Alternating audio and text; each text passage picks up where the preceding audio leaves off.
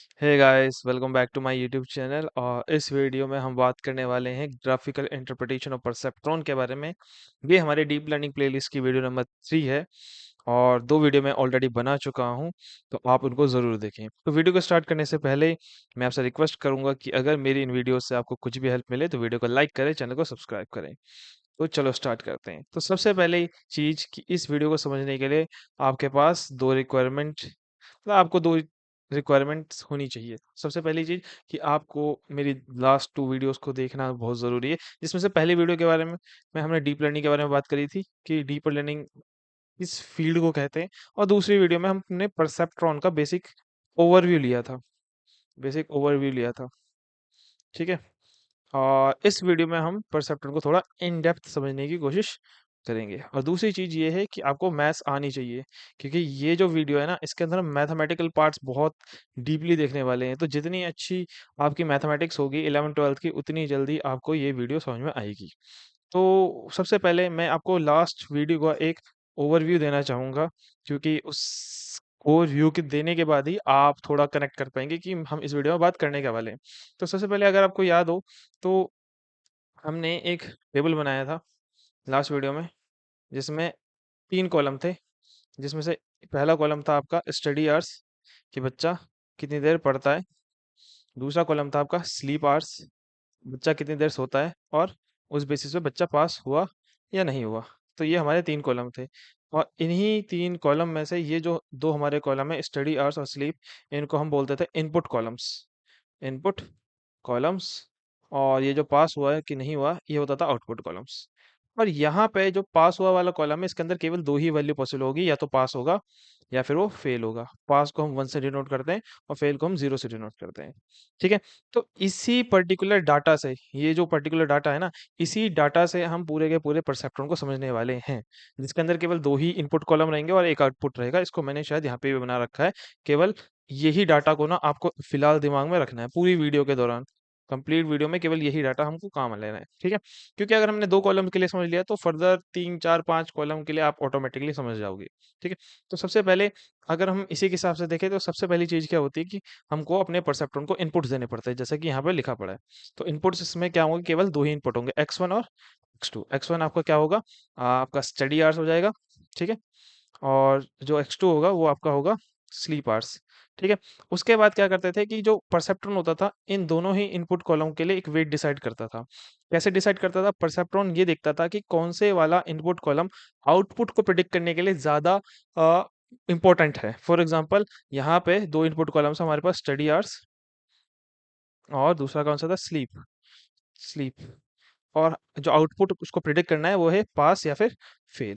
तो basically perceptron check करेगा कि स्टडी ज़्यादा इंपॉर्टेंट है या स्लीप ज़्यादा इंपॉर्टेंट है पास या फेल होने के लिए। तो अगर स्टडी ज़्यादा इंपॉर्टेंट है, तो स्टडी के वेट को ये बढ़ा देगा और स्लीप के वेट को ये घटा देगा। और ये परसेप्ट्रॉन खुद से करता है, इसमें हम कोई भी इन्वॉल्वमेंट नहीं दिखाते हैं। और परसेप्ट्रॉन क्या करता है, बेसिकली वेट्स को चेंज करता रहता है जब तक वो फाइनली एक राइट सॉल्यूशन पे ना पहुंच जाए, ठीक है?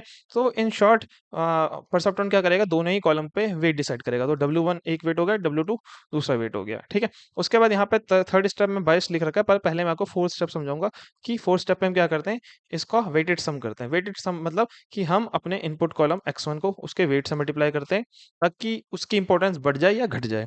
फिर उसको प्लस करते हैं दूसरे वाले इनपुट कॉलम के वेट से और वैल्यू से, ठीक है? अगर 3 कॉलम होंगे तो फिर दोबारा से यही चीज़ चलती रहेगी। और इसी पर्टिकुलर चीज़ को हम बोलते हैं वेटेड सम बोलते हैं। क्या बोलते हैं इसको हम? वेटेड सम, ठीक है? उस वेटेड सम के बाद उसमें हम ऐड करते हैं एक बायस, ठीक है? क्या ऐड करते हैं हम? बायस। और बायस क्यों ऐड करते हैं, ये मैंने आपको लास्ट वीडियो में समझाया था। क्योंकि मान लेते हैं कि ये जो क्वांटिटी है ना, x1 W1 plus x2 W2, क्योंकि इसमें सारी डिजिट न्यूमेरिकल वैल्यूज होने वाली हैं। x1 भी कोई न्यूमेरिकल वैल्यू होगी, ठीक है? x1 है क्या, बेसिकली स्टडी आवर्स। तो स्टडी आवर्स कुछ ना कुछ होगा, 7, 8, 9। वैसे W1 भी कोई न्यूमेरिकल वैल्यू होगी, वेट की वैल्यू 1, 2, 3, 4। तो बेसिकली ये भी एक न्यूमेरिकल वैल्यू, ये भी एक न्यूमेरिकल वैल्यू, दोनों को प्लस करने के बाद भी एक न्यूमेरिकल वैल्यू आएगी। मान लेते हैं वो आ गई 25, ठीक है? परसेप्ट्रॉन देखता है कि जो फाइनल आंसर आना चाहिए ना, वो 0 आना चाहिए। क्या आना चाहिए? 0। बट वो देख रहा है कि फाइनल आंसर आ रहा है कि वो 25 आ रहा है। तो इस केस में उसको क्या करना पड़ेगा, खुद से इसमें से 25 को माइनस करना पड़ेगा। तो यहाँ पे जो -25 है ना, यही आपका बायस है। तो इन शॉर्ट, बायस बेसिकली एक नंबर होता है जो परसेप्ट्रॉन खुद से ऐड या सब्ट्रैक्ट करता है क्या करने के लिए? आउटपुट को करेक्ट लाने के लिए, क्योंकि उसको यहाँ पे आउटपुट 0 लाना था, ठीक है? अब इसके बारे में इन डेप्थ आप समझ जाओगे और आपको थोड़ा बहुत लॉजिक भी बिल्ड हो जाएगा थोड़ी देर में। तो फिलहाल के लिए आप बस ये समझो कि बायस बेसिकली एक एक नंबर होता है, जो कि वेटेड सम में प्लस होता है या सब्ट्रैक्ट होता है, ठीक है? तो ओवरऑल आपके पास जो अब वैल्यू आई वो ये आ गई कि x1 w1 plus x2 W2 यहाँ पे प्लस या माइनस उसके अंदर कुछ बायस। अब बायस को मैंने लास्ट वीडियो में W नॉट से दिखाया था और यहाँ पे मैं बायस को B से ही दिखाने वाला हूँ, ठीक है? और कहीं-कहीं पे मैं इसको पूरा भी लिख दूंगा। तो ये आपके पास इक्वेशन आ गई, ठीक है? परसेप्ट्रॉन ना इसके हिसाब से आउटपुट डिसाइड नहीं करता, एक्चुअली परसेप्ट्रॉन क्या करता है, इस न्यूमेरिकल वैल्यू को किसको इस न्यूमेरिकल वैल्यू को पास कर देता है किसको, इस न्यूमेरिकल वैल्यू को किसको पास कर देता है, एक्टिवेशन फंक्शन को, एक्टिवेशन फंक्शन को। अब आप बोलेंगे इसके पीछे लॉजिक क्या है? बहुत सिंपल लॉजिक है, देखो इस सबको सॉल्व करने के बाद आएगा तो एक नंबर ही, आएगा तो एक नंबर ही। और हमें पता है कि आउटपुट में केवल दो ही वैल्यू पॉसिबल है। आउटपुट क्या था कि पास होगा या फिर फेल होगा। तो आउटपुट में केवल दो ही वैल्यू पॉसिबल है, या तो 1 होना चाहिए, 1 मतलब क्या, पास होना चाहिए, या फिर 0 होना चाहिए, 0 मतलब क्या, फेल होना चाहिए। अब मान लेते हैं कि हमारा यहाँ पे इस इक्वेशन को सॉल्व करने के बाद, ये जो इक्वेशन है इसको सॉल्व करने के बाद जो कि एक न्यूमेरिकल वैल्यू है, आया सब कुछ 22 सब ऐड करने के बाद आया 15, ठीक है? अब ये 15 मेरे को क्या बता रहा है? कुछ भी नहीं बता रहा, क्योंकि ये 15 ना तो मेरे को ये बता रहा है कि बच्चा पास है, ना ये बता रहा है फेल। एक्चुअली इसको आना क्या चाहिए था? इसको 1 या फिर 0 आना चाहिए था। तो वो 1 या 0 लाने का काम कौन करता है? आपका एक्टिवेशन फंक्शन करता है। कौन करता है? Activation function. तो मैं आपको ये बताने की कोशिश कर रहा हूँ, बेसिकली ये जो इक्वेशन है, इस इक्वेशन को पास किया जाता है किसको? एक्टिवेशन फंक्शन को, ठीक है? और जो हमारा क्लासिकल परसेप्ट्रॉन है, क्लासिकल परसेप्ट्रॉन मतलब जो बिल्कुल बेसिक परसेप्ट्रॉन हो, उसके अंदर जो एक्टिवेशन फंक्शन होता है, उस फंक्शन का नाम होता है स्टेप फंक्शन। एक्चुअली होता क्या है ना, जो हमारे एक्टिवेशन फंक्शन है ना, न्यूरल नेटवर्क मेरे को आपको शायद लास्ट वीडियो में समझाया था कि न्यूरल नेटवर्क जिसके अंदर बहुत सारे परसेप्ट्रॉन्स होते हैं, तो हर एक परसेप्ट्रॉन का ना अपना खुद का एक एक्टिवेशन फंक्शन हो सकता है। एक्टिवेशन फंक्शन जैसे सिग्मॉइड एक एक्टिवेशन फंक्शन है, जिसके बारे में हम फ्यूचर वीडियोस में बात करेंगे। रैलो एक और एक्टिवेशन फंक्शन है, इसके बारे में हम फ्यूचर में बात करेंगे। बट फिलहाल क्लासिकल परसेप्ट्रॉन में ना केवल एक ही एक्टिवेशन फंक्शन का इस्तेमाल किया जाता है, जिसका नाम है स्टेप फंक्शन। स्टेप फंक्शन आप फिलहाल यही मान के चलो कि इसी को किया जाता है। अब स्टेप फंक्शन क्या बोलता है? स्टेप फंक्शन केवल दो ही वैल्यूज देगा आपको। कौन सी वैल्यू? या तो वो आपको देगा 1 या फिर देगा 0।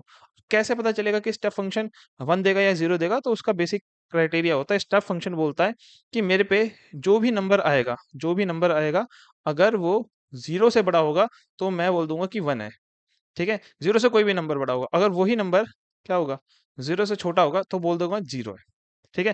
केवल दो ही वैल्यू ये बताता है, 1 या 0, और उसको डिसाइड करने के लिए वो इस डिसीजन बाउंड्री का इस्तेमाल करता है, ठीक है? इसके बारे में हमने लास्ट वीडियो में भी बात करी थी। तो अब यहाँ पे भी यही होगा, ये जो आपकी इक्वेशन थी ना, इस इक्वेशन को सॉल्व करने के बाद मान लो आपके पास है 15। अब ये जो 15 है, 15 ये 15 पास होगा किसके पास? आपके स्टेप फंक्शन के पास। और स्टेप फंक्शन देखेगा कि ये जो 15 है ना, ये 15 तो 0 से बड़ा है, और अगर 0 से बड़ा है तो वो क्या बोलेगा कि बच्चा क्या है, पास हो जाएगा, ठीक है? तो अगर बच्चे को फेल होना था तो ये 15 0 से कम आना चाहिए था। मान लो -1 आ जाता ये क्वेश्चन को सॉल्व, -1 एक्टिवेशन फंक्शन करता कि 0 से कम है, तो उसको बोल देता कि फेल है, ठीक है? तो इन सिंपल वर्ड्स अगर मैं इसको सबको इरेज कर दूं, जो आपका फाइनल फाइनल इक्वेशन है x1 w1 plus x2 w2 plus या माइनस बायस, इसको हम पास करते हैं किससे? एक्टिवेशन फंक्शन से। इसके आगे मैं एक्टिवेशन फंक्शन लिख देता हूँ, ठीक है? इसको हम किससे पास करते हैं? एक्टिवेशन फंक्शन से पास करते हैं। और एक्टिवेशन फंक्शन से पास करने के बाद ये या तो देगा 0 या ये देगा 1। और 0 कब देगा? अगर वैल्यू 0 से कम हुई, और 1 कब देगा? जब ये वैल्यू 0 से बड़ी हुई, ठीक है? तो यही आपका स्टेप फंक्शन होता है, ठीक है? ये बात मेरे ख्याल से आपको समझ में आ गई होगी। अब जो लास्ट स्लाइड में हमने समझा ना, इसी को एक बार इस डाटा के हेल्प से समझते हैं, ठीक है? तो मेरे ख्याल से आपको थोड़ा बहुत ज़्यादा समझ में आएगा, और मैं एक-एक करके स्टेप आपको सारे लिख के दिखाऊँगा, ठीक है? तो सबसे पहले स्टेप क्या था? हमको इनपुट्स प्रोवाइड करने रहते हैं। इनपुट्स को क्या करना होता है? हमको प्रोवाइड करना होता है। किसको प्रोवाइड करना होता है? परसेप्ट्रॉन को। परसेप्ट्रॉन को हमको क्या प्रोवाइड करना पड़ता है? इनपुट्स। ये हमारा हो गया फर्स्ट स्टेप, ठीक है? फर्स्ट स्टेप इनपुट्स क्या है यहाँ पे? x1 क्या है? x1 हमारे पास 2 स्टडी आवर्स, और हमारे पास दूसरा इनपुट क्या है हमारे पास? 5, ठीक है? 2 हमारे पास इनपुट हो गए। ये आपका हो गया स्टडी वाला, और ये आपका हो गया स्लीप वाला, ठीक है? ये हो गया फर्स्ट स्टेप। सेकंड स्टेप क्या होता था कि वेट डिसाइड करना। वेट को क्या करना? डिसाइड करना। अब ये बेसिकली ये वाला स्टेप कौन करता है? परसेप्ट्रॉन खुद से करता है कि किसको कितना वेट देना है। और फिलहाल के लिए हम लेट कर लेते हैं, लेट। फिलहाल के लिए हम लेट कर लेते हैं कि परसेप्ट्रॉन ने वेट 1 दे दिया 3 और वेट 2 दे दिया 2, ठीक है, मान लेते हैं कि परसेप्ट्रॉन ने जो स्टडी ये जो था पहला फर्स्ट, इसको ज्यादा वेटेज दिया है एज कम्पेयर टू स्लीप। ठीक है, तो ये हो गया सेकंड कि परसेप्ट्रॉन ने वेट डिसाइड कर दिया। थर्ड स्टेप क्या होता था? थर्ड स्टेप होता था कि आपको इसका क्या निकालना है, वेटेड सम निकालना है। ठीक है, परसेप्ट्रॉन निकालेगा इसका वेटेड सम। कैसे निकालेगा? क्या फॉर्मूला था? x1 w1 plus x2 w2। तो यही काम यहाँ पे भी होगा। यहाँ पे क्या आएगा? x1 क्या है हमारे पास? 2 इंटू 3 प्लस 5 इंटू 2। तो जब इसको सॉल्व करेंगे तो क्या आएगा हमारे पास? 3 2 6, 5 2 10, क्या आ गया हमारे पास? 16 आ गया। ठीक है, ये हो गया आपका थर्ड स्टेप। फिर फोर्थ स्टेप क्या होता था कि इसमें प्लस या माइनस करना पड़ता था एक बायस को, और ये बायस वाला स्टेप भी कौन करेगा? परसेप्ट्रॉन खुद से करेगा। कैसे करेगा? वो चेक करेगा जो 16 आया है ये क्या सही वैल्यू है या नहीं है। ठीक है, और फिलहाल के लिए क्योंकि परसेप्ट्रॉन का जो फुल वर्किंग है हम डिसाइड कर रहे हैं, तो फिलहाल के लिए हम फिर से लेट कर लेंगे कि यहाँ पे मान लेते हैं जो 22 था वो +1 में ले रहे हैं हम फिलहाल के लिए। तो अगर 22 हम +1 ले रहे हैं तो क्या होगा कि ये जो आपका वेटेड सम था इसमें ये वैल्यू ऐड हो जाएगी। तो हमारे जो x1 w1 था, x2 w2 था, जिसकी वैल्यू क्या आई थी? 16 आई थी यहाँ पे, इसमें हम +1 ऐड कर लेंगे जिसको हम बोल देंगे 17। तो हमको ये पता चल गया कि जो फोर्थ स्टेप है ना उसमें क्या हो गया आपका? Weighted sum, weighted sum plus आपके पास 22, इन दोनों की वैल्यू क्या आ गई? 17 आ गई। ठीक है, अब आपके पास फोर्थ स्टेप हो गया। आपका फिफ्थ स्टेप क्या होता था कि इस पूरे ही चीज को हमको किससे पास करना था? Pass it, pass it to activation function. ये किससे पास होती थी? एक्टिवेशन फंक्शन से पास होती थी। ठीक है, राइट। तो मतलब ये जो हमारा 17 है ये किससे पास होगा? एक्टिवेशन। तो मैं यहाँ ले दूंगा एक्टिवेशन फंक्शन में क्या पास होगा? 17 पास होगा। और मुझे पता है कि एक क्लासिकल परसेप्ट्रॉन में जो एक्टिवेशन फंक्शन होता है वो कौन सा फंक्शन होता है? वो स्टेप अप फंक्शन होता है। ठीक है, स्टेप अप फंक्शन। और स्टेप अप फंक्शन क्या बोलता है? स्टेप फंक्शन बोलता है कि अगर आपका जो नंबर है वो 0 से बड़ा है तो मैं क्या दे दूंगा? 1 दे दूंगा। 1 मतलब पास डिक्लेयर कर दूंगा। और अगर वही नंबर आपका 0 से छोटा है तो मैं इसको 0 डिक्लेयर कर दूंगा, मतलब फेल डिक्लेयर कर दूंगा। क्योंकि यहाँ एक्टिवेशन फंक्शन के अंदर क्या वैल्यू है? 17। मतलब स्टेप फंक्शन के अंदर भी जो वैल्यू जाएगी वो क्या होगी? 17। और क्योंकि ये 17 0 से 1 है तो स्टेप फंक्शन क्या डिक्लेयर कर देगा? स्टेप फंक्शन बोल देगा कि बच्चा क्या हो जाएगा? पास हो जाएगा। बच्चा क्या हो जाएगा? पास, मतलब 1 वैल्यू दे देगा। इन टोटल और टोटल और ये जो हमने पूरी कैलकुलेशन करी फर्स्ट स्टेप से यहाँ तक फिफ्थ स्टेप तक, तो हमारा जो लास्ट में आउटपुट आया, आउटपुट कौन सा वाला? प्रिडिक्टेड आउटपुट, जो परसेप्ट्रॉन ने प्रिडिक्ट किया है। ठीक है, जिसको हम किससे रिप्रेजेंट करते हैं? वाई हैट से रिप्रेजेंट करते हैं प्रिडिक्टेड आउटपुट। ये इसने क्या बोला? 1 आएगा। 1 मतलब क्या? पास हो जाएगा। बट जब आप इसको डाटा में देखते हो ना, ये डाटा में देखते हो तो डाटा में आपको दिखेगा कि नहीं, एक्चुअल में क्या है? बच्चा फेल हो गया था क्योंकि यहाँ लिखा है 0 और प्रिडिक्टेड में क्या आ रहा है? 1 आ रहा है। इसका क्या मतलब है? इसका सिंपल मतलब है कि हमने अपने इनपुट्स में कोई गलती नहीं करी है, क्योंकि इनपुट्स तो यही रहने वाले हैं लाइफ टाइम। परसेप्ट्रॉन ने अपने वेट्स और बाइस को डिसाइड करने में गड़बड़ कर दी है। मतलब जब तक परसेप्ट्रॉन खुद से सही वेट्स और सही बायस को डिसाइड नहीं कर लेता तब तक आपका जो प्रिडिक्टेड आउटपुट है ना वो गलत ही आने वाला है। ठीक है, इसको ध्यान सुनना, मैंने क्या बोला कि जब तक आपका जो परसेप्ट्रॉन होगा, ठीक है, इसको एक बार मिटो दे। जब तक हमारे जो परसेप्ट्रॉन होगा, परसेप्ट्रॉन इसके दो ही तो काम है बेसिकली, कि परसेप्ट्रॉन को करेक्ट वेट को डिस्कवर करना है, ठीक है, और करेक्ट बायस को डिस्कस करना है। ठीक है, जब तक ये काम नहीं करेगा तब तक जो आपका आउटपुट आएगा, आउटपुट कौन सा वाला? Predicted output. ठीक है, प्रिडिक्टेड आउटपुट वो डिफरेंट होगा किसके? एक्चुअल आउटपुट के। ठीक है, तो यही काम हमको समझना है कि कैसे एक perceptron wrong wrong weight and bias से राइट मतलब करेक्ट करेक्ट वेट और बाइस की तरफ जाता है। यही हमको इस वीडियो में समझना है। ठीक है, यही हमारा पूरा मतलब इस वीडियो का मकसद है कि कैसे परसेप्ट्रॉन आइडियली अपने वेट्स को चेंज करता है या बायस को चेंज करता है कि इन दी एंड वो पास बंदे को पास ही दिखाएगा, फेल बंदे को फेल ही दिखाएगा। ठीक है, इसको समझने के लिए पहले इसको समझने से पहले मेरे को आपको थोड़ी बहुत मैथ्स पढ़ानी पड़ेगी, क्योंकि बिना मैथ्स के बात बनेगी नहीं। ठीक है, तो हम वही करने वाले हैं। थोड़ी देर मैं आपको मैथ्स पढ़ाने वाला हूँ, तो आपको थोड़ा बहुत मेरे साथ कॉम्प्रोमाइज करना पड़ेगा। ठीक है, तो मैथ्स क्या पढ़नी पड़ेगी? फिलहाल के लिए जो मैंने आपको थोड़ी देर पहले पढ़ाया ना परसेप्ट्रॉन के बारे में, थोड़ा जूम करते हैं। इसको प्लीज आप भूल जाना। 1 मिनट में इसका पेज टाइप चेंज कर दूं, नहीं तो मैं ऊपर नीचे लिख दूंगा फिर, नहीं तो बहुत ज्यादा अजीब हो गया। ठीक है, ये कर देते हैं। ठीक है, हाँ, अब जो भी मैंने आपको अब तक बताया ना, फिलहाल के लिए वो भूल जाना और इस चीज़ पे फोकस करना, मैथ्स पे। वो ज़्यादा इंपॉर्टेंट है फिलहाल। ठीक है। अब हम आ जाते हैं कौन सी 9th 10th की मैथ्स पे। पहले तो हमने 9th 10th की मैथ्स पढ़ी है और हमें पता है कि किस तरह की इक्वेशन, किस तरह की 2x प्लस 3y प्लस 1, इस तरह की इक्वेशन जो होती थी ना, इस तरह की, ऐसी इक्वेशन को बोलते थे हम लीनियर इक्वेशंस। क्या बोलते थे? Linear equation. इनको लीनियर इक्वेशन क्यों बोलते थे? क्योंकि इस इक्वेशंस में एक्स या वाई की वैल्यू पुट करने के बाद हम इसको ग्राफ में जब प्लॉट करते थे तो क्या आता था, एक सीधी लाइन आती थी। आपको अगर थोड़ा बहुत ध्यान हो तो थोड़ा सा एक बार मैं जल्दी आपको करके बताऊं तो यहाँ पे हम क्या बोलते थे, लेट बोलते थे। लेट एक्स की वैल्यू हम ले लेते थे, मान लो 1 ले लेते थे। तो तब क्या करते थे, हम इसको सॉल्व करते थे। तो 2 1 जा 2 आएगा, प्लस 3y, ये जो 1 है, ये वाला जो 1 है, ये इधर जाके -1 हो जाएगा। तो यहाँ पे क्या आएगा, 2 1 जा 2, यहाँ पे 3y रहेगा, यहाँ पे -1, और ये वाला जो 2 1 जा 2 है, ये भी माइनस आके यहाँ पे हो जाएगा। तो y की वैल्यू क्या आ जाएगी, -3/3, इससे कटेगा। तो y की वैल्यू क्या आ जाएगी, -1। ठीक है। तो हम यहाँ पे एक ऐसे करके टेबल बनाते थे, आपको अगर थोड़ा बहुत याद हो तो यहाँ करके हम टेबल बनाते थे, जिसमें लिखते थे ऊपर x, नीचे लिखते थे y, और हम बोलते थे जब x मैंने 1 लिया तो y क्या हमारे पास है, -1 है। ठीक है। इसी तरीके से फिर आप और भी वैल्यू ले सकते हो, जैसे x = 0 ले सकते हो आप, तो उसके लिए आप सॉल्व करोगे तो यहाँ पे क्या होगा, जो पहली टर्म होगी वो आपकी 0 हो जाएगी, और दूसरी टर्म क्या हो जाएगी, 3y = -1 आ जाएगा, और y आपका आ जाएगा -1/3। तो आपने यहाँ पे एक और वैल्यू निकाली, 0 है तो क्या है, -1/3 है। ठीक है। ऐसे करके मैं एक और वैल्यू निकालता हूँ, क्योंकि 3 वैल्यू निकालने के बाद हमको पता चल जाता है कि ये एक स्ट्रेट लाइन ही बन रही है। ठीक है। इसको अश्योर हो जाते हैं बेसिकली हम। 3x + y = 1, हमारे पास ये इक्वेशन थी। तो इस बार मैं लेट x = 2 कर लेता हूँ फिलहाल के लिए, मान लेते हैं। ठीक है। क्योंकि 1 0 मैंने ऑलरेडी ले लिया है। ठीक है। तो हम क्या करते हैं, यहाँ पे 2 2 जा 4 हो जाएगा, यहाँ पे 3y, और वो 1 फिर से -1 हो जाएगा, ये वाला 1 इधर जाके। तो 3y क्या आ जाएगा आपका, -1 -4। तो y क्या आ जाएगा आपके पास, -5/3। ठीक है। इस तरीके से हमने तीनों वैल्यू निकाल दी कि मैंने जब क्या लिया, 2 लिया, x तो क्या है मेरे पास, -5/3। ठीक है। अब आपको अगर थोड़ा बहुत भी याद आ रहा होगा तो उसके बाद हम क्या करते थे, इस तरह की एक वो बनाते थे, चार्ट बनाते थे। ठीक है।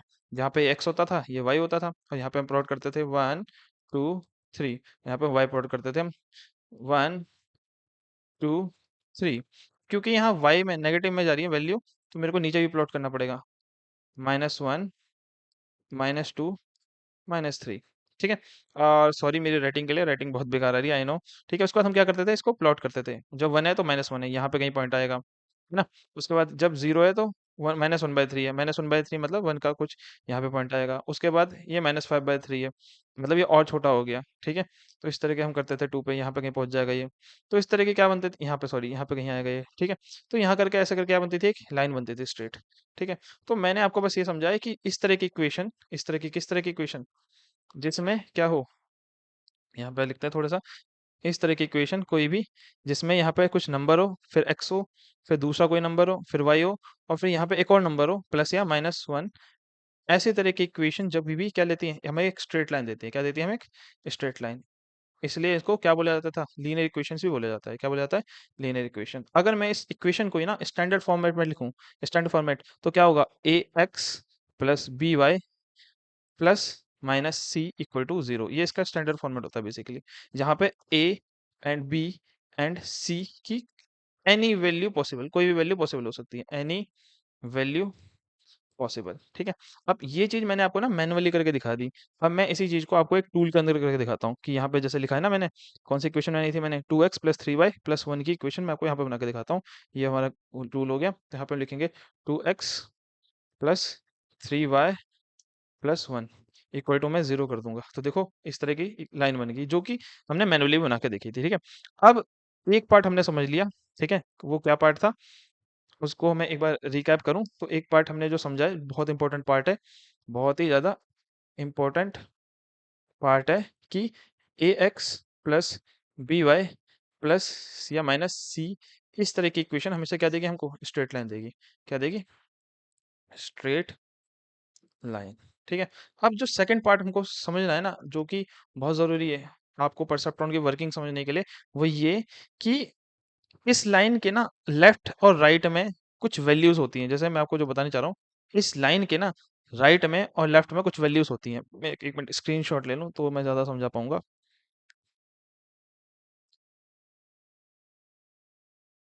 ओके, ये गलत जगह पेस्ट हो गया। हाँ ठीक है, ठीक है। तो बेसिकली ये जो हमारी लाइन है किस किस इक्वेशन के कॉरेस्पॉन्डिंग है, इसको पेन चूज करते हैं फिर से। ये कॉरेस्पॉन्डिंग किसकी है, 2x प्लस 3y प्लस 1 के कॉरेस्पॉन्डिंग है। ठीक है, एक बार चेक कर लेते हैं, यही इक्वेशन थी ना। 2x प्लस, हाँ ठीक है। सही। अब ये इक्वेशन, बेसिकली ये जो लाइन है इस इक्वेशन के कॉरेस्पॉन्डिंग बनाई गई है। अब आपको अगर थोड़ी बहुत भी ट्वेल्थ की मैथ्स याद है ना, तो ट्वेल्थ की मैथ्स में जो लीनियर वाले चैप्टर था ना, ट्वेल्थ या 11th की मैथ्स पता नहीं, मेरे को पक्का नहीं पता। उसमें दो टेस्ट होते थे, एक होता था ओरिजिन टेस्ट और एक होता था जनरल पॉइंट टेस्ट। ठीक है। अब जनरल पॉइंट टेस्ट बेसिकली ये बोलता है ना कि इसके राइट साइड में यहाँ पे कोई भी पॉइंट को आप अगर इसकी x की वैल्यू में पुट करोगे या y की वैल्यू में पुट करोगे, तो वो जो आंसर आएगा ना वो जीरो से हमेशा ग्रेटर आएगा। क्या आएगा, जीरो से हमेशा ग्रेटर आएगा। मैं आपको एक बार ये चीज प्रूव भी करके दिखा देता हूँ, ठीक है। जैसे कि हम मान लेते हैं ये पॉइंट ले लेते हैं। अब मेरे को पता है कि इस पॉइंट के कोऑर्डिनेट क्या होंगे, x का 0 होगा, y का 1 होगा, ठीक है। और इस पॉइंट को ना मैं यहाँ पे पुट करता हूँ, तो क्या आएगा, 2 into 0 plus 3 into 1 plus 1 equal to 0। तो ये तो 0 हो जाएगा। ये जाएगा 3 इंटू 1 3, 3 प्लस 1 4। देखो 4 आ रहा है किसके बराबर, 0 से बड़ा आ रहा है। इसका मतलब क्या, कि इस किस लाइन के राइट साइड वाली वैल्यूज के लिए, जो भी राइट साइड वाली वैल्यूज है, जितनी भी वैल्यू पॉसिबल है, ठीक है, उसके लिए मैं यहाँ पे जीरो नहीं लिख सकता। उसके लिए मुझे इस इक्वेशन को किस फॉर्म में लिखना पड़ेगा, मेरे को लिखना पड़ेगा इसको, एक मेरे को इसको मिटाना पड़ेगा फिर से। ठीक है, मेरे को इसको लिखना पड़ेगा किस फॉर्म में, इन यहाँ पे जो भी पॉइंट्स होंगे यहाँ इस रीजन में, उसके लिए मेरे को लिखना पड़ेगा 2x plus 3y plus 1 is greater then 0। चाहे वो x या y की कोई भी वैल्यू, एनी वैल्यूज हो, उनके लिए वो जस्टिफाई करेगा। ठीक है। वैसे ही अगर हम कोई लेफ्ट साइड का कोई पॉइंट चूज कर लें, फॉर एग्जांपल मैं चूज कर लेता हूँ ये वाला पॉइंट। ठीक है। अब इसमें x की वैल्यू क्या है, -2, और y की वैल्यू क्या है, -1। ठीक है। इस पॉइंट को चूज करते हैं और इस पॉइंट को हम इसमें पुट करते हैं, तो क्या आएगा एक बार, 2 इंटू एक्स की वैल्यू क्या आएगी, -2, और +3 इंटू क्या आएगा, -1, और +1 इक्वल टू 0। तो यहाँ पे क्या आएगा, 2 टू जा -4, -3 +1 इक्वल टू 0। तो आपको फोर्थ, -7 +1 इक्वल टू 0, तो -6। तो ये इक्वल टू 0 नहीं, बिल्कुल नहीं, ये तो 0 से कम है ना। तो मतलब इस लाइन के नीचे वाले जितने भी पॉइंट्स होंगे, कोई भी, जनरल पॉइंट टेस्ट का मतलब ये है कि कोई भी पॉइंट ले लो, उसके लिए आपको इस इक्वेशन को लिखना पड़ेगा किस फॉर्म में, 2x plus 3y plus 1 is less than equal to 0। ठीक है, 2x plus 3y is less than equal to 0। अब इसी चीज को ना मैं एक बार थोड़ा क्लियर करके आपको लिख के बताता हूँ, तो मे बी थोड़ा और क्लैरिटी आएगी आपको। ठीक है। तो अब तक जो मैंने आपको समझाया उसका सिंपल सा मतलब बस ये, कि इस लाइन की इक्वेशन क्या है, 2x plus 3y plus 1 equal to 0। तो ये तो हो गया, यहाँ पे इक्वलिटी सही बैठ रही है, ठीक है। लेकिन इसके राइट साइड में इक्वलिटी सही नहीं बैठ रही। इक्वलिटी की जगह आपको क्या यूज करना पड़ेगा, 2x plus 3y plus 1 is greater then 0। ठीक है, ये वाली इक्वेशन सही बैठेगी। और इसके लेफ्ट में कौन सी इक्वेशन सही बैठेगी, 2x plus 3y +1 is less than equal to 0। ठीक है, ये वाली इक्वेशन सही बैठेगी। और इसी चीज को हमने प्रूव किया किससे, जनरल पॉइंट टेस्ट है, जनरल पॉइंट टेस्ट से। ठीक है। और इसी चीज को मैं आपको एक बार टूल के हेल्प से भी दिखाना चाहूंगा, कि अगर मैं यहाँ पे लिखूं 2x plus 3y plus 1 greater than 0, तो आपको दिख रहा है कि राइट साइड, इसने बोल दिया कि इस राइट साइड में कोई भी पॉइंट हो, वो हमेशा 0 से बड़ा होने वाला है। ठीक है। और अगर मैं लिखूं 2x plus 3y plus 1, okay, 1 is less than 0, तो आपको दिख रहा होगा कि इसने ग्रीन एरिया पॉइंट कर दिया। मतलब इस लाइन के लेफ्ट साइड सारे के सारे पॉइंट क्या है, ग्रीन है। और बहुत ध्यान से ये चीज देखना, क्योंकि इसको मैं अभी कनेक्ट करने वाला हूँ परसेप्ट्रॉन की वर्किंग से, कि ये जो लाइन थी इसकी इक्वेशन पहली वाली थी, इक्वल वाली। ये जो राइट साइड वाले कोई भी पॉइंट हो, कोई भी एनी पॉइंट राइट साइड वाले, वो ये वाली इक्वेशन को जस्टिफाई करेंगे, ग्रेटर देन वाली। और लेफ्ट साइड वाले सारे किसको जस्टिफाई करेंगे, हाँ, लेस देन वाले को। ठीक है, इस चीज को आपको दिमाग में रखना है। ठीक है। अगर आपके ये चीज दिमाग में बस गई है, तो मैं इसको एक बार जनरली यहाँ पे लिखना चाहूंगा, उसके बाद ही हम परसेप्ट्रॉन की वर्किंग में चलेंगे। तो जनरली मैं आपको क्या लिखना चाहूंगा, कि ax plus b y plus C, ये तो अगर 0 के बराबर है, मतलब ये किसकी इक्वेशन है, ये है लाइन की इक्वेशन, लाइन इक्वेशन। ठीक है। लेकिन अगर यही आ जाए a x plus b y plus C is greater than equal 0, तो ये आ जाती है किसकी, एरिया। ये लाइन की क्वेश्चन नहीं है, area towards right of line, या फिर इसको आप ऐसे बोल सकते हो, any point on right side justify this equation, justify this equation. ठीक है। और फिर से राइटिंग के लिए मैं सॉरी बोलना चाहूंगा। ठीक है। और जो तीसरी हमने चीज पढ़ी वो ये पढ़ी कि अगर इक्वेशन होगी a x plus b y plus C less than 0, तो इसका मतलब any point on left justify this equation. ठीक है।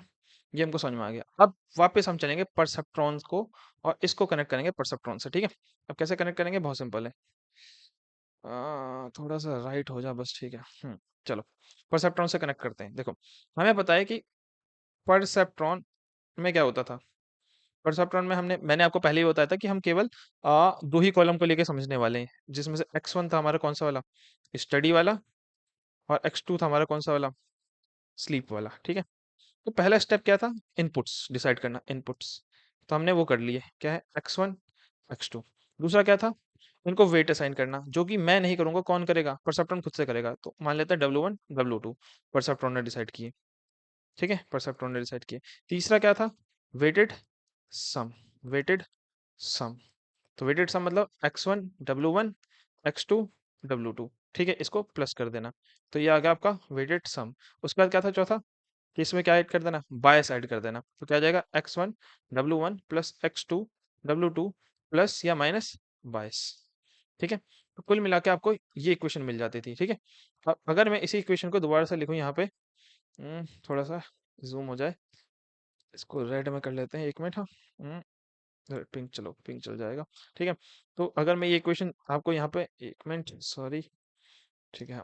अगर मैं आपको एक इक्वेशन को पूरी अच्छे से लिख के दिखाऊं, तो हमारे पास इक्वेशन क्या आ गई, x1 W1 plus x2 W2 plus B, B मतलब 22। अब आप अगर थोड़ा सा भी लॉजिक लगा पाए हो ना, तो इसके राइट में मैंने एक इक्वेशन लिखी थी, a x plus b y plus C equal to 0। ठीक है। अगर आप ये और ये इक्वेशन देखें, तो ये दोनों इक्वेशन सेम ही तो है। देखो, दो वेरिएबल यहाँ है, दो वेरिएबल यहाँ है, दो वेरिएबल यहाँ है, दो वेरिएबल यहाँ है, यहाँ एक वेरिएबल है, यहाँ एक वेरिएबल है, और यहाँ पे क्या है, 0। अगर मैं इसको 0 के इक्वल कर दूं, इसका मतलब क्या है, कि ये जो इक्वेशन है, ये जो इक्वेशन है वेटेड सम पाइस करने के बाद, ये किसकी इक्वेशन है, स्ट्रेट लाइन की इक्वेशन है। किसकी इक्वेशन है, स्ट्रेट लाइन की इक्वेशन है। और इसमें जो हमारा ए है, ए, वो किसके बराबर है, W1 के बराबर है। ठीक है, ये ध्यान रखना, मैंने थोड़ा इसको अच्छा मैं चेंज करके लिख देता हूँ मैं आपको, तो आपको ज्यादा समझ में आएगा। इस इक्वेशन को बस लिख देता हूँ, W1 x1 plus W2 x2 plus b equal to 0। ठीक है।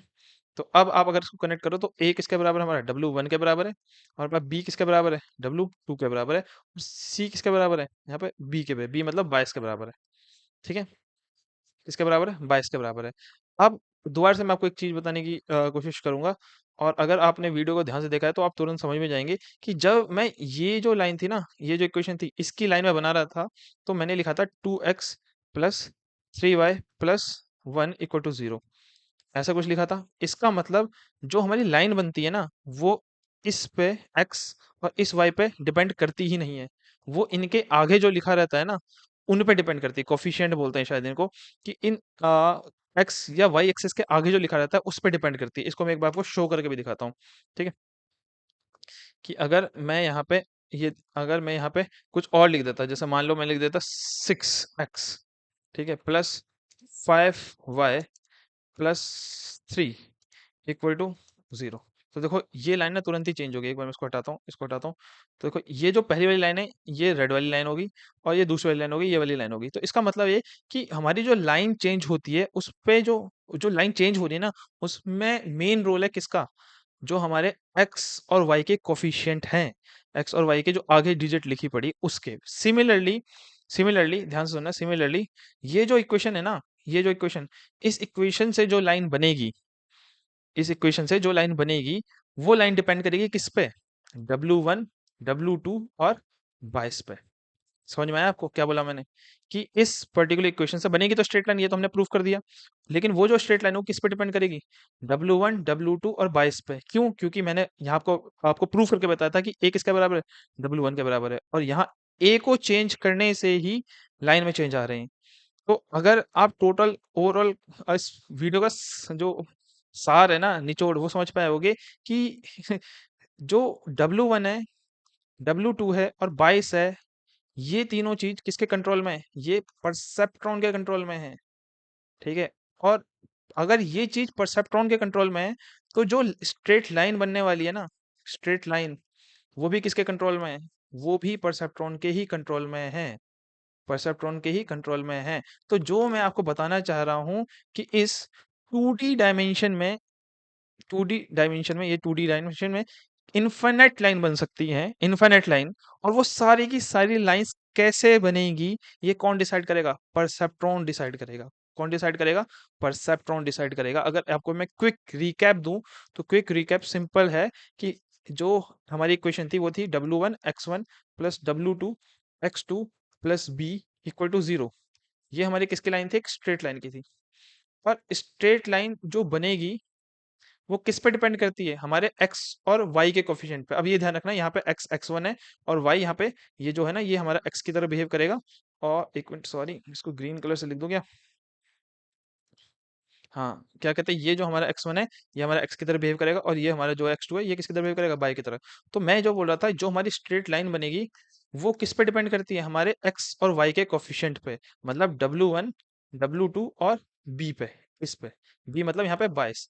और ये तीनों के तीनों वेट, मतलब दोनों वेट और बायस कौन डिसाइड करता है? परसेप्ट्रॉन डिसाइड करता है। कौन डिसाइड करता है? परसेप्ट्रॉन डिसाइड करता है। मतलब परसेप्ट्रॉन अपनी मर्जी से कोई भी वेट्स या बायस ले सकता है और उसके कोरिस्पॉन्डिंग लाइन ड्रॉ कर सकता है। ठीक है। तो अभी तक मैंने आपको समझाया कि 2D स्पेस में जितनी भी लाइन बनेगी, इनफाइनाइट लाइन, इनफाइनाइट लाइंस, उनका कंट्रोल किसके हाथ में है? कंट्रोल किसके हाथ में है? परसेप्ट्रॉन के हाथ में है। मैंने अब तक आपको सिर्फ इतना ही समझाया। ठीक है, इतना ही समझाया। ठीक है, अगर आप इतना समझ गए तो आगे की कहानी थोड़ी इजी लगेगी। आगे की कहानी समझने के लिए आपको एक थोड़ा सा मेरे को एक और काम करना पड़ेगा। ठीक है, मैं ये जो पॉइंट्स है ना, इनको प्लॉट करने वाला हूँ किस पे? अपने इस पे, इसी टूल पे। ठीक है, इसको मेरे को मिटाना पड़ेगा। ठीक है, नाउ हमारे जो पॉइंट्स हैं इनको हम एक बार प्लॉट करते हैं, तो आपको ज्यादा समझ में आएगा। पहला पॉइंट है 2 5, 2,5, 2,5। और इसका मेरे लेबल भी दे दूंगा। लेबल यहाँ पे है, क्योंकि जीरो लिखा पड़ा है, तो जीरो मतलब फेल। तो उसको मैं लेवल दे दूंगा फेल, ताकि हमको आराम से समझ में आ जाए उसमें देखने में। ठीक है। और जो दूसरा है हमारे पास, दूसरा है हमारे पास 4,7,1, 4,7, और इसको हम दे देंगे पास, पास। ठीक है। फिर अगला हमारा पॉइंट है 1,4,0, 1,4, और इसको हम दे देंगे फेल, क्योंकि जीरो पे है। ठीक है। और जो हमारा फोर्थ पॉइंट है वो है 6,8,1, 6,8,1, 6,8, और इसको हम दे देंगे पास, क्योंकि ये पास है। ठीक है। अब अगर मैं इन पॉइंट्स को आपको दिखाऊं, तो ये रहे वो पॉइंट्स। ठीक है, 2D स्पेस में आपको दिख रहे होंगे कि, अरे थोड़ा और zoom, हाँ ठीक है। हाँ, अब आपको दिख रहे होंगे कि ये दोनों पॉइंट्स फेल हैं, ये दोनों पॉइंट्स पास है। ठीक है, आपको क्लियर कट दिख रहा है। ठीक है। लेकिन परसेप्ट्रॉन कैसे डिसाइड करेगा कि ये फेल वाले हैं, ये पास वाले हैं? अब आप थोड़ा सा पीछे जाओ, बैक, जस्ट 2-3 मिनट पहले मैंने क्या कहा था कि इस 2D स्पेस में परसेप्ट्रॉन इनफाइनाइट लाइंस ड्रॉ कर सकता है, इनफाइनाइट लाइंस। तो क्या हो कि परसेप्ट्रॉन एक ऐसी लाइन ड्रॉ करे जो इन फेल और पास वालों को अलग अलग, मतलब अलग अलग रीजन में बांट दे। कैसे? फॉर एग्जाम्पल, अगर मैं यहाँ पे एक लाइन ड्रॉ करता हूँ, 4x plus 6y equal to, अच्छा, प्लस प्लस 7 इक्वल टू 0। अब एक बार, अच्छा, ये लाइन बहुत नीचे आ रही है। ठीक है, ये वाली लाइन नीचे आ रही है। अगर मैं इसमें वैल्यूज में चेंज करूँ, 7 को मैं चेंज कर देता हूँ, 70 कर देता हूँ, तो बहुत ऊपर पहुंच गई क्या? 20, अच्छा नीचे जा रही है, माइनस करना पड़ेगा, -20, तो ऊपर जा रही है। ठीक है, 30, अभी और ऊपर, 40, यस ठीक है। मेरे ख्याल से 50 से काम बन जाएगा, और 45 से काम बन जाएगा। ठीक है। तो अब आपको दिख गया कि मैंने क्या किया, मैंने जस्ट एक रैंडम गैस लिया। मैंने 4, 6 और 45 में चेंज किया और मैंने एक लाइन बना दी। ठीक है, ये लाइन बना दी, ये लाइन बना दी। अब आपको इमेजिन जस्ट ये करना है कि मान लो ये जो 4 है, 6 है और 45 है, और अगर आपको वीडियो ध्यान से देख रहे हो तो आपको पता होगा ये 4 W1 है, पहला वेट है। ठीक है, 6 दूसरा वेट है, और ये 45 यहाँ पे 22 का काम कर रहा है। मैंने आपको जस्ट पहले बताया था कि ये जो हमारी इक्वेशन होती है, ये एक्स जो होता है x1 है, y जो होता है y1 है, मतलब इनके आगे वाले नंबर्स लाइंस को डिसाइड करते हैं। ये मैंने ऑलरेडी आपको कनेक्ट करके बताया था। आप वीडियो ध्यान से देख रहे हो आपको पता चलेगा, नहीं तो एक बार बैक जाके फिर से देखना। हाँ, तो यहाँ पे 4, 6, 45 मतलब W1, W2 और 22 को चेंज करने से मैंने रैंडमली यहाँ से स्टार्ट किया और धीरे धीरे मैं यहाँ चले गया। तो ऐसे ही ठीक परसेप्ट्रॉन भी अपनी गलतियों से सीखता है। कैसे गलतियों से सीखता है वो हम आगे देखेंगे, पर अपनी गलतियों से सीख के वो एक लाइन बना देता है। ठीक है, किसके बीच में? पास और फेल को अलग अलग रीजन में बांटने के लिए, पास और फेल को अलग रीजन के बांटने के लिए। अब आपको दिख रहा होगा कि फेल वाले लेफ्ट साइड है, पास वाले राइट साइड है। बट अभी भी एक क्वेश्चन का आंसर हमें यही नहीं मिला है कि अभी भी तो हम ये नहीं बता पा रहे हैं कि कौन से वाले बच्चे पास है, कौन से वाले बच्चे फेल है, क्योंकि परसेप्ट्रॉन ने अभी भी एक सिंगल लाइन ही तो दी है हमें। तो उसका आंसर अब हम यहाँ पे ढूंढेंगे। ठीक है, अब तक आपको ये मिल गया है, अब तक आपको इसका जवाब मिल गया है कि परसेप्ट्रॉन क्या करता है। परसेप्ट्रॉन क्या करता है, जो हमारे पॉइंट्स होते हैं, जो हमारे आउटपुट पॉइंट्स होते हैं, आउटपुट पॉइंट्स बेसिकली जो टू क्लासेस मतलब पास और फेल वाली अलग अलग क्लास है ना हमारी, पास और फेल वाली, उनके बीच में एक लाइन खींच देता है कि फेल वाले इधर है और पास वाले इधर है।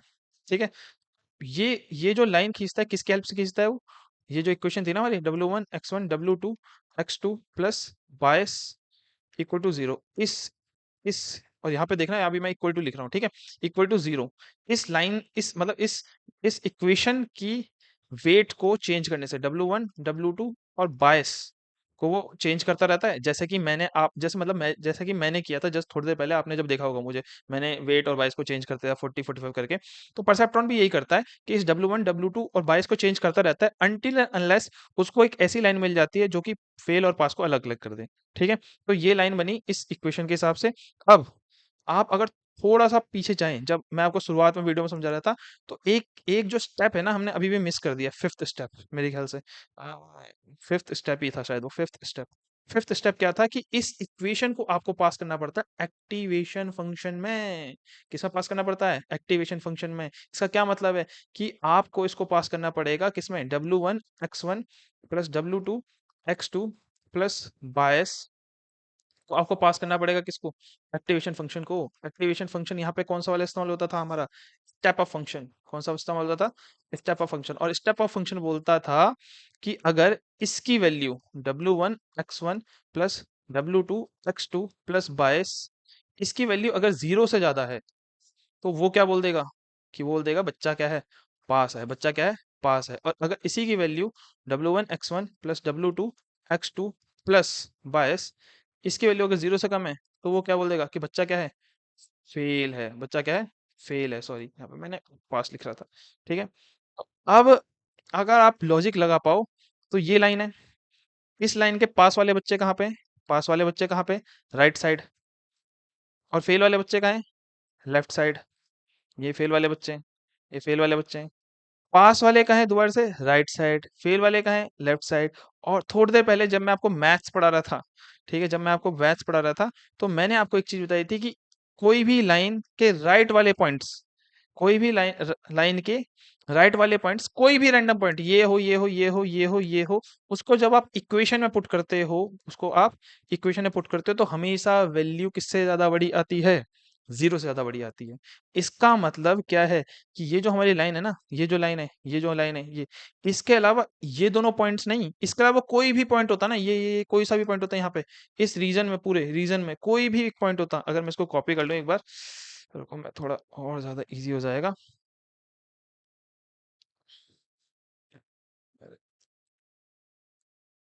हम्म, ठीक है, इसको थोड़ा नीचे, ये रहा। तो मैं आपको ये बता रहा हूँ कि कि ये जो हमारी लाइन बनी थी, ये लाइन किसने बनाई थी? ये लाइन बनाई थी किसने? परसेप्ट्रॉन ने बनाई थी ये लाइन। ठीक है, परसेप्ट्रॉन ने कैसे बनाई थी, W1 x1 plus W2 x2 plus बायस की हेल्प से। और जिसमें से W1 W2 बायस उसने चेंज किया, उसने यहाँ से स्टार्ट किया, धीरे धीरे आगे चलता गया यहाँ तक आगे। और मैंने आपको बताया था कि जब आप एक स्ट्रेट लाइन खींच देते हैं ना, उस स्ट्रेट लाइन के राइट साइड वाले पॉइंट्स मतलब कोई भी पॉइंट, ये कोई भी रैंडम पॉइंट, ये पास वाले नहीं, कोई भी रैंडम पॉइंट को जब आप इस इक्वेशन में पुट करोगे ना, तो ये वैल्यू हमेशा किससे ज्यादा आने वाली है, 0 से ज्यादा आने वाली है। इसका मतलब क्या है कि यहाँ के सारे पॉइंट्स जब वैल्यू 0 से ज्यादा देंगे, तो आपका स्टेप फंक्शन को जो वैल्यू मिलेगी वो 0 से ज्यादा मिलेगी। और जब आपके स्टेप फंक्शन को वैल्यू 0 से ज्यादा मिलेगी, तो वो बोलेगा कि बच्चे क्या हैं, पास हैं। अगर थोड़ा सा भी आपने लॉजिक लगाया, तो आपको समझ में आ रहा होगा कि राइट वाले इस लाइन के राइट वाले जितने भी पॉइंट्स हैं उस सब के लिए ये इक्वेशन क्या आएगी, 0 से बड़ी आएगी। और जब भी ये 0 से बड़ी आएगी, तो स्टेप फंक्शन बोल देगा कि ये बच्चे क्या है, पास है, मतलब ये सारे बच्चों को वो पास डिक्लेयर करने वाला है। ठीक वैसे ही इस लाइन के लेफ्ट वाले जितने भी पॉइंट्स होंगे, उन सारे पॉइंट्स को, ये वाला कोई भी पॉइंट्स हो, किसी भी पॉइंट्स को आप जब इस इक्वेशन में पुट करोगे, W1 x1 W2 x2 22 में पुट करोगे, तो हमेशा वैल्यू क्या आने वाली है, नेगेटिव ही आने वाली है। हमेशा वैल्यू नेगेटिव आने वाली है। और आपको पता है कि स्टेप फंक्शन क्या बोलता है, कि अगर आपकी वैल्यू स्टेप फंक्शन क्या बोलता है, स्टेप फंक्शन बोलता है कि अगर आपकी वैल्यू नेगेटिव आ रही है, तो इसका मतलब वो 0 से कम है। और 0 से कम है तो वो उसको 0 ही डिक्लेयर कर देता है। 0 डिक्लेयर मतलब वो बच्चे को फेल डिक्लेयर कर देता है। तो इस तरीके से हमारे परसेप्ट्रॉन ने क्या किया, हमारा काम आसान करा। हमारा तो बेसिकली क्या काम आसान करा, इस तरीके से उसने एक बाइनरी क्लासिफिकेशन को, प्रॉब्लम को सॉल्व किया। उसने सिंपल एक लाइन ड्रॉ कर दी, और इस तरीके से लाइन ड्रॉ करी कि राइट साइड वाले हमेशा 0 से ज़्यादा देंगे, तो वो पास हो जाएँगे, और लेफ्ट वाले हमेशा 0 से कम देंगे, तो हमेशा वो फेल हो जाएँगे। क्योंकि यहाँ पे जो फंक्शन इस्तेमाल हो रहा है, वो रहा आपका स्टेप फंक्शन। स्टेप फंक्शन को 0 से कम या 0 से ज़्यादा को देखता है। अब अगर आपको थोड़ा समझ में आया तो वेल एंड गुड, नहीं आया तो मैंने तो अपना पूरा बेस्ट ट्राई कर लिया। अगर मैं आपको क्विक रिकैप दूँ, तो क्विक रिकैप सिंपल यही है कि परसेप्ट्रॉन बेसिकली क्या करता है, पहले इक्वेशन बनाता है, W1 x1 plus plus W2 x2 plus या माइनस बायस, ये इक्वेशन बनाता है। इस इक्वेशन में W1 W2 बायस की वैल्यूज को वो क्या करता रहता है, चेंज करता रहता है, रेंडमली चेंज करता रहता है। कब तक चेंज करता रहता है, जब तक फेल और आपके जो पास वाले पॉइंट्स है वो क्लियरली एक लाइन से डिफरेंशिएट नहीं हो जाते। ठीक है, जैसे ही वो एक लाइन से डिफरेंशिएट हो जाता है, तो उस लाइन की इक्वेशन के लिए W1 W2 और 22 की वैल्यू को फिक्स कर लेता है वो। ठीक है, W1 W2 और 22 की वैल्यू को क्या कर लेता है, वो फिक्स कर लेता है। तो कुल मिला के इस जो लाइन है ना, इसी लाइन की इक्वेशन हो जाती है W1 x1 plus W2 x2 plus या माइनस बी। तो ये इस लाइन की इक्वेशन आ जाता है। उसके बाद ये जो इक्वेशन है, इसको वो पास करता है किसको, स्टेप फंक्शन लिखा नहीं जा रहा है अब, स्टेप फंक्शन को। और स्टेप फंक्शन में पास करने के बाद वो यहाँ वाले पॉइंट्स को डालना स्टार्ट करता है, राइट वाले। क्योंकि राइट वाले तो लाइन के राइट में है, तो लाइन के राइट में है, तो जब आप इन सारी वैल्यू को इस इक्वेशन में पुट करोगे, तो ये इक्वेशन हमेशा क्या आएगी, 0 से बड़ी आएगी।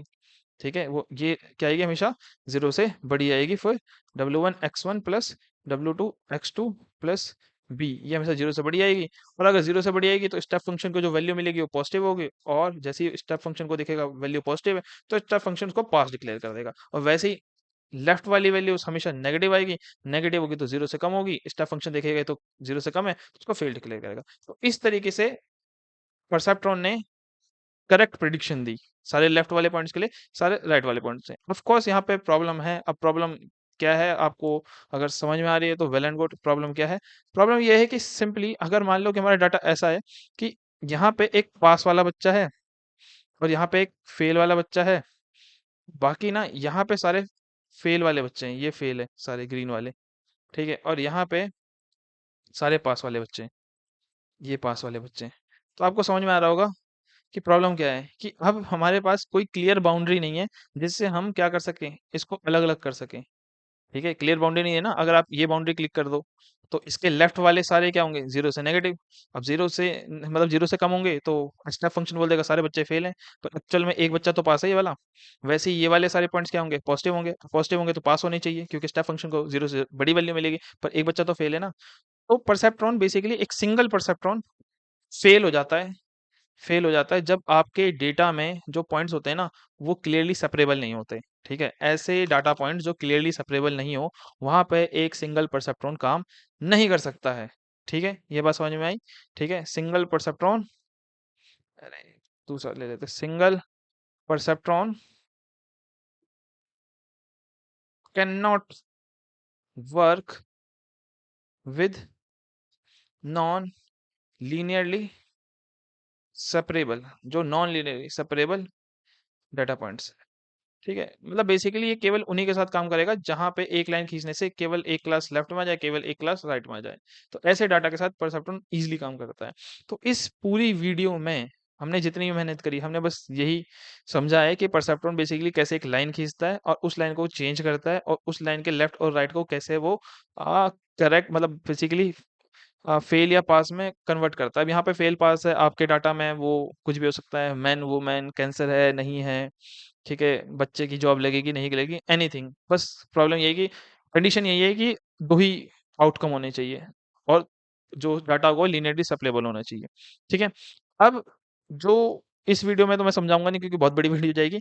नेक्स्ट वीडियो में हम ये समझेंगे कि कैसे W1, W2 और B में चेंज करता है परसेप्ट्रॉन, कि ताकि एक करेक्ट लाइन खोजे। ठीक है? हमने बस इसमें ये समझा कि करेक्ट लाइन बनती कैसे है। अब नेक्स्ट वीडियो में समझेंगे कि ये करेक्ट लाइन ये बनाना कैसे सीखता है, कैसे W1 W2 B को करेक्ट करता जाता है, और लास्ट में अंत में एक ये स्ट्रेट लाइन खींच पाता है दोनों क्लासिफायर के बीच में। ठीक है, ये हमारे नेक्स्ट वीडियो का गोल है। तो इस वीडियो के लिए इतना ही है। Thank you very much for watching this video. See you in the next video. Bye bye.